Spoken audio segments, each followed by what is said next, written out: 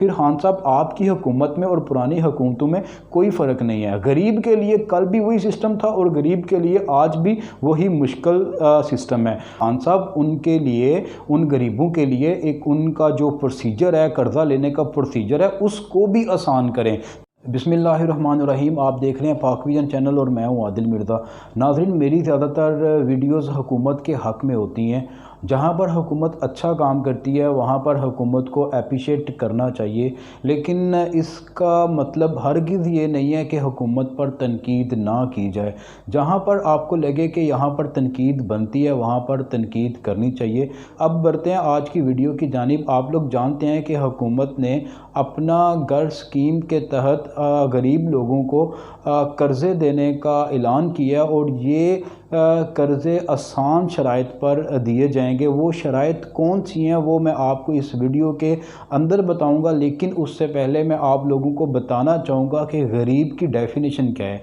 गरीब वो है जो कि अपनी ज़रूरियात ज़िंदगी की सहूलतें जिसको मुयस्सर ना हो, यानी कि उसको खुराक की कमी हो, उसको सेहत का मसला हो या उसको तलीम का मसला हो, वो अपनी बुनियादी ज़रूरियात पूरी ना कर सकता हो, वो गरीब कहलाता है। तो हुकूमत ने जो ऐलान किया कि अपना घर स्कीम के तहत गरीबों को कर्ज़े दिए जाएंगे और वो कर्ज़े किन शराइत पर दिए जाएंगे वो मैं आप लोगों को शराइत बताऊंगा। गरीब की डेफिनेशन मैंने आपको बता दी है और फिर आप लोगों ने इस वीडियो के बाद अंदाज़ा लगा लेना है कि क्या इन शराइत पर एक गरीब आदमी पूरा उतर सकता है। अब मैं बताता हूँ कि वो कौन सी शराइत हैं जिनको पूरी करके एक गरीब जो है वो बैंक के ज़रिए हुकूमत की इस स्कीम से कर्ज़ा ले सकता है। क्योंकि आपने जब कर्ज़ा लेना है तो आप डायरेक्ट हुकूमत से नहीं लेंगे, बल्कि आपको उसकी दरख्वास्त जो है वो बैंक में देना पड़ेगी। फिर बैंक देखेगा कि आप उनकी शराइत को पूरा कर सकते हैं या नहीं कर सकते, तो फिर आपको कर्ज़ा दिया जाएगा और आप लोग अपना घर बना सकेंगे। तो नाज़रीन, अब बढ़ते हैं उन शराइत की तरफ। उन शराइत के बारे में मैं आपको बताता हूँ कि जिन शराइत को पूरा करके एक गरीब आदमी हुकूमत की इस स्कीम से फ़ायदा हासिल कर सकता है। तो पहली शर्त यह है कि बंदे के पास जो कि कर्ज़ा लेना चाहता है अपना घर बनाने के लिए, उसके पास अपना शनाख्ती कार्ड होना चाहिए। ये कोई बड़ी शर्त नहीं है, हर एक के पास अपना शनाख्ती कार्ड मौजूद होता है। और दूसरी बड़ी शर्त ये है कि वो बंदा जिसकी सैलरी जो है वो 25,000 पर मंथ हो, यानी कि एक आदमी जो कि गरीब है और वो 25,000 रुपया महीना कमाता हो, उसको ये कर्ज़ा दिया जाएगा। अब मैं आपको बताता हूँ कि मतलब क्या वाक़ईतन 25,000 रुपया कमाने वाला बंदा इस स्कीम के से वो कर्ज़ा हासिल कर सकता है? तो इसका जवाब है बिल्कुल नहीं। कैसे? आपको पता है कि ये सारा प्रोसीजर जो है वो बैंक के थ्रू होता है और बैंक कभी भी उस बंदे को कर्ज़ा नहीं देता जिसकी सैलरी जो है वो 25,000 पर मंथ हो। बैंक ने ये देखना होता है कि अगर ये बंदा 25,000 रुपया महीना कमाता है और ये शादीशुदा है और ये अपनी फैमिली का खर्चा चलाता है, तो अगर हम इसको 10 लाख या 8 लाख कर्ज़ा दे देंगे और उसकी वो 10,000 रुपया महीना हमें उसकी किस्त अदा कर सकेगा या नहीं कर सकेगा, तो बैंक के लिए ये फ़ैसला करना मुश्किल होता है कि वो 25,000 रुपया महीना कमाने वाले को कर्ज़ा देता है या नहीं देता। तो सवाल ये पैदा होता है कि बैंक जो है वो फिर किन लोगों को कर्ज़ा देता है। बैंक सिर्फ उस बंदे को कर्ज़ा देगा जिसकी सैलरी 50 से 60,000 रुपया पर मंथ होगी, यानी कि वो बंदा जो कि 50,000 से 60,000 रुपया महीना कमाता है वो बैंक की शराइत के मुताबिक वो कर्ज़ा हासिल कर सकेगा। क्योंकि बैंक को पता होगा कि अब ये बंदा हमें जो है वो इंस्टॉलमेंट आसानी से पे कर सकेगा, क्योंकि 50-60 हज़ार रुपया ये बंदा महीने का कमाता है। अब सवाल ये पैदा होता है कि जो 50 से 60 हज़ार वाला कमाने वाला बंदा है वो क्या वो गरीब हुआ? वो गरीब तो बिल्कुल भी नहीं है। 50 हज़ार या 60 हज़ार कमाने वाला बंदा 4 साल बाद या 5 साल बाद मेहनत करके सेविंग करके वो अपना मकान खड़ा कर सकता है। लेकिन मसला किसको दरपेश आता है? मसला उसको पेश आता है कि जिसके नाम पर पर ये स्कीम बनाई गई है, गरीब के नाम पर ये स्कीम बनाई गई है, लेकिन वो गरीब इस स्कीम से फ़ायदा नहीं उठा सकता। 50 से 60 हज़ार कमाने वाला बंदा जो है वो गरीब नहीं होगा। तो सवाल पैदा हुआ कि गरीब कहाँ गया वो, जो गरीब जो कि एक दिहाड़ीदार बंदा है, जो कि 700 रुपया या 800 रुपया एक दिन का कमाता है, या एक लिफ्ट ऑपरेटर, या एक चाय वाला, या अपनी साइकिल के पीछे फ्रूट रख के टोकरी के अंदर गलियों में बेचने वाला, वो किस खाते में है? असल में तो गरीब वो है जिसकी जो माहाना आमदन है वो 15,000, 12,000 या 18,000 है। वो इस स्कीम से कैसे फ़ायदा उठा सकता है? और एक तीसरी बड़ी शर्त यह है कि कुछ बैंक ऐसे हैं जो कि बैंक स्टेटमेंट की भी डिमांड करते हैं। एक गरीब आदमी, एक मजदूरदार आदमी या एक लिफ्ट ऑपरेटर और दूसरी तरफ बैंक स्टेटमेंट, मतलब कि एक मजदूरदार आदमी का बैंक स्टेटमेंट से क्या लेना देना? वो मुश्किल से अपनी रोटी चला रहा है और बैंक में जाता है और उसको पता चलता है कि यार उसके पास बैंक स्टेटमेंट होनी चाहिए। अगर उससे बैंक स्टेटमेंट नहीं मांगी जाएगी तो उसे कहा जाएगा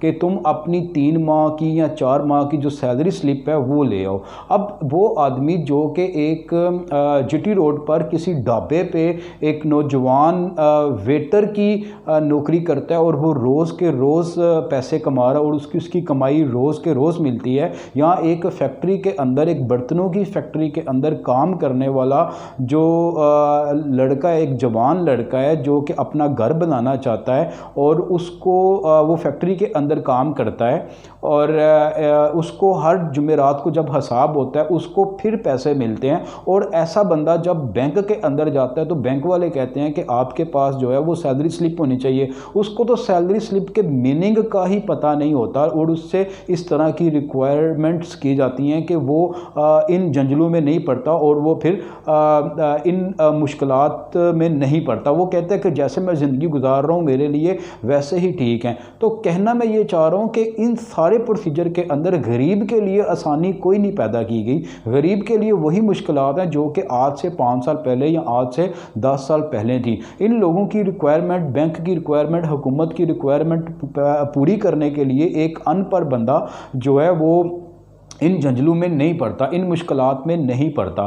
तो गरीब के लिए जो है वो अगर उसको कर्ज़े देने हैं तो उसके लिए इस तरह की आसानियां पैदा की जाएं कि उसको, अगर आप आसान शराइत पे कर्ज़े दे रहे हैं, अगर उसको आसान शराइत पे आप लोग कर्ज़ा दे रहे हैं तो उसके लिए इसका जो प्रोसीजर है उसको भी आसान बनाएं।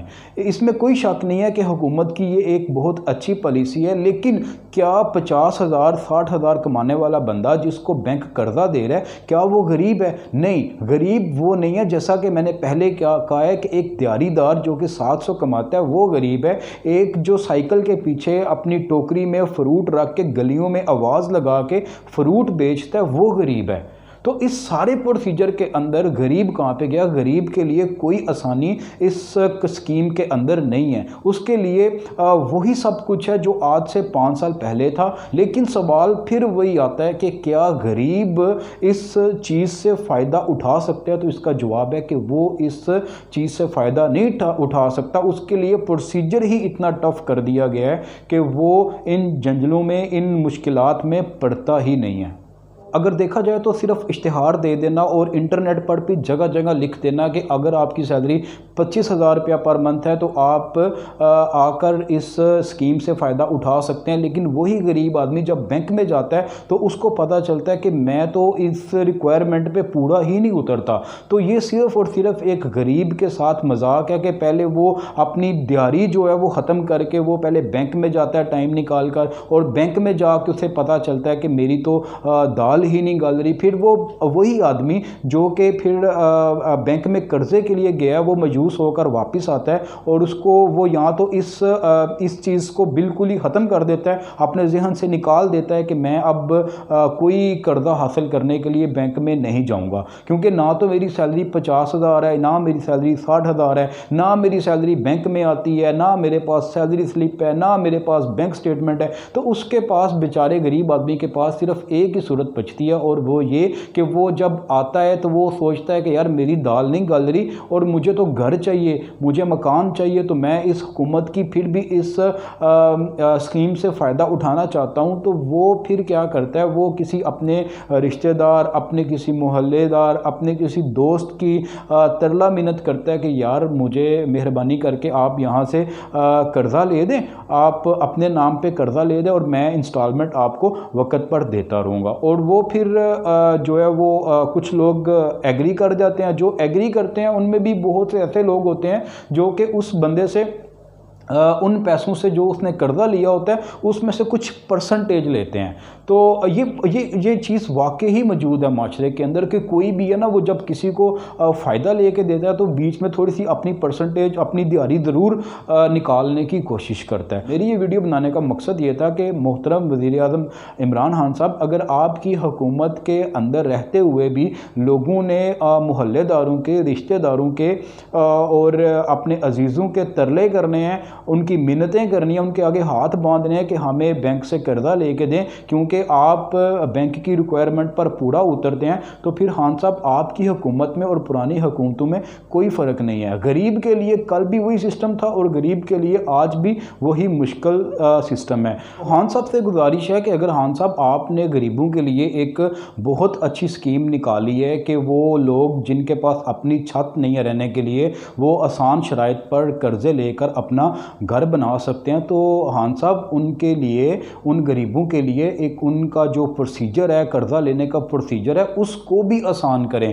ताकि ये लोग आपको दुआएं दें और आपके लिए आने वाला जो वक़्त है वो मज़ीद आसान हो। नाज़रीन, ये मेरी आज की वीडियो थी, इसे अपने दोस्तों के साथ शेयर कीजिएगा और जिन्होंने अभी तक चैनल को सब्सक्राइब नहीं किया वो चैनल को सब्सक्राइब करें ताकि नई आने वाली हर वीडियो उन तक पहुँच सके। आदिल मिर्ज़ा को इजाज़त दें। अल्लाह हाफिज़।